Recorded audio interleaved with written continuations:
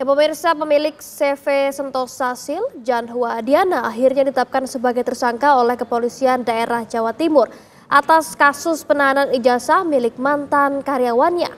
Penetapan tersangka ini menindaklanjuti temuan satu ijazah karyawan saat penggeledahan serta penyerahan 108 ijazah karyawan yang disembunyikan oleh Jan Huadiana di kediamannya.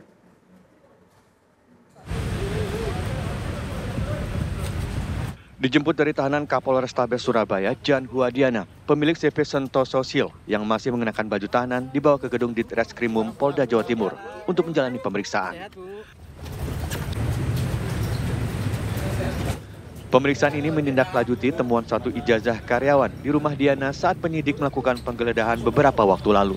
Dari hasil gelar perkara, Jan Huadiana akhirnya ditetapkan sebagai tersangka. Diana dijerat dengan pasal penggelapan dengan ancaman hukuman 4 tahun penjara.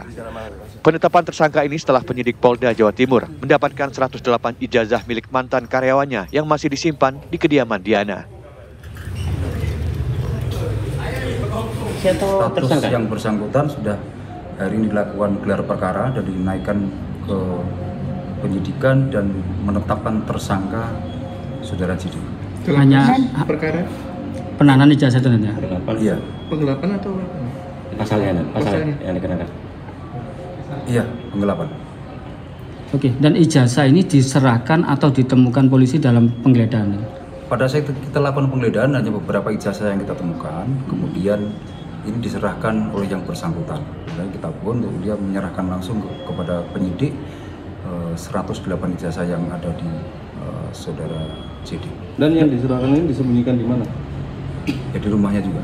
Ada ijazah palsu kan? Polisi hingga kini masih mendalami perkara ini dan tidak menutup kemungkinan jumlah tersangka bisa bertambah. Sebelumnya Diana dilaporkan oleh sejumlah mantan karyawannya atas kasus penahanan ijazah. Dari Surabaya, Jawa Timur, Samsul Huda, TV One mengabarkan.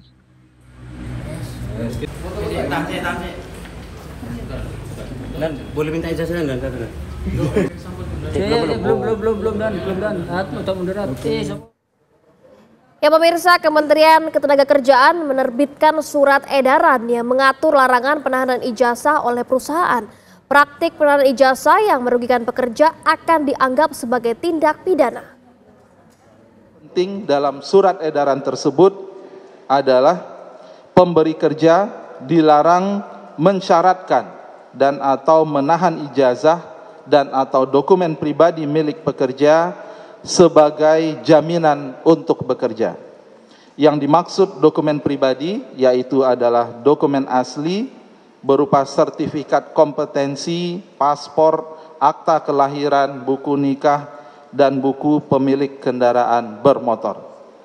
Pemberi kerja juga dilarang menghalangi atau menghambat para pekerja untuk mencari dan mendapatkan pekerjaan yang lebih layak. Syaratnya itu adalah yang pertama harus ada perjanjian kerjanya dan itu tertulis, gitu ya. Jadi maksudnya ada kondisi-kondisi yang kemudian ijazah itu kemudian disimpan oleh pemberi kerja. Syaratnya ada perjanjian tertulis karena ada kasus-kasus tadi, misalnya dia pendidikan, ya, dan kemudian itu dibiayai oleh pemberi kerja. Tapi tentu sesudah perjanjian misalnya batasnya sekian, maka itu harus segera dikembalikan. Ya. Jadi yang penting adalah kita tentu tidak menginginkan pekerja kemudian ya kehilangan kesempatan untuk mendapatkan pekerjaan yang lebih layak, untuk memanfaatkan ijazah mereka untuk kepentingan ya, yang memberikan kemanfaatan buat pekerja karena ditahan tanpa alasan yang dibenarkan.